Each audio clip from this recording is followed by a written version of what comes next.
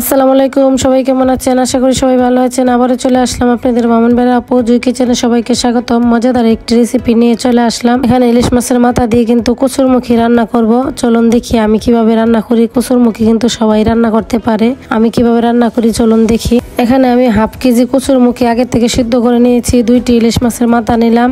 তারপর কচুরমুখী গুলা কিন্তু ছিলিয়ে নিতে হবে। এভাবে কিন্তু আমি হাত দিয়ে ছিলিয়ে নিয়েছি। তারপরে এখানে রান্নার জন্য একটি প্যানে রান্নার তেল দিয়ে দিলাম পরিমাণ মতো, পেঁয়াজ দিয়ে দিলাম পরিমাণ মতো, দিয়ে নেড়ে চেড়ে একটি তেজপাতা দিয়ে দিব। তেজপাতা আর পেঁয়াজ কিছুক্ষণ ভাজা হয়ে গেলে এখানে আমি একটি টমেটো দিয়ে দিলাম। টমেটো কুচি করে দিয়ে দিলাম। টমেটো কিন্তু কিছুক্ষণ ভেজে নিলাম। ভেজে 1 চামচ রসুন বাটা দিয়ে দিলাম। রসুন বাটা দিয়ে কিছুক্ষণ ভেজে নিব যাতে কাঁচা গন্ধটা না থাকে। তারপর এখানে মরিচের গুঁড়া দিয়ে দিলাম 1 চামচ, হাফ চামচ হলুদের গুঁড়া, 1 চামচ জিরা গুঁড়া, হাফ চামচ ধনিয়া গুঁড়া। সব মশলা দেওয়া হয়ে গেলে এখানে অল্প পানি দিয়ে দিব যাতে মশলাটা পুড়ে না যায়। পানি দিয়ে কিন্তু মশলা ভালো করে কষিয়ে নিতে হবে।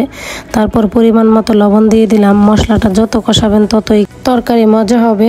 এখন কিন্তু কষানো হয়ে গেছে। তারপর আমি ইলিশ মাছের মাথাগুলা টুকরা করে দিয়ে দিলাম। দিয়ে মাছটা কিন্তু কষিয়ে নিতে হবে ভালো করে। মাছ দিয়ে কিন্তু আমি সময় নিয়ে মাছটা কষিয়ে নিলাম। মাছ যত কষাবেন ততই কিন্তু খেতে ভালো লাগবে। তারপর এখানে কয়েকটা টমেটো দিয়ে দিলাম। টমেটো দিয়ে আমি সিদ্ধ করা যে কচুরমুখী ছিল ছিলিয়ে আগে রেখে দিয়েছিলাম, এই কচুরমুখী গুলা কিন্তু দিয়ে দিলাম। কচুরমুখী দিয়েও কিন্তু কিছুক্ষণ কষিয়ে নিলাম। তারপর আমি ঝোলের জন্য পানি দিয়ে দিলাম। আমি আমার পরিমাণ মতো পানি দিয়ে দিলাম। তারপর এখানে কয়েকটা কাঁচামরিচ দিয়ে দিলাম। কাঁচামরিচ দিয়ে ঢেকে কিছুক্ষণ রান্নাটা করে নিব। একদম সহজেই কিন্তু এভাবে রান্নাটা করে নিতে পারবেন। তারপর পরিমাণ মতো ধনিয়া পাতা দিয়ে দিলাম। এখন কিন্তু রান্না শেষ। দেখুন দেখতে মাশাআল্লাহ অনেক সুন্দর লাগছে, খেতে অনেক মজা হয়েছে। আশা করি সবার কাছে অনেক ভালো লেগেছে। ভালো লাগলে লাইক কমেন্ট শেয়ার করে দিবেন। আর এরকম মজা মজা রেসিপি দেখতে চাইলে আমার পেজ ফলো দিয়ে রাখুন। আমার ভিডিওটি দেখার জন্য সবাইকে অসংখ্য ধন্যবাদ। আজকের মতো এই পর্যন্ত। অন্য কোনো দিন অন্য রেসিপি নিয়ে চলে আসবো। এ পর্যন্ত সবাই ভালো থাকবেন। আল্লাহ হাফেজ।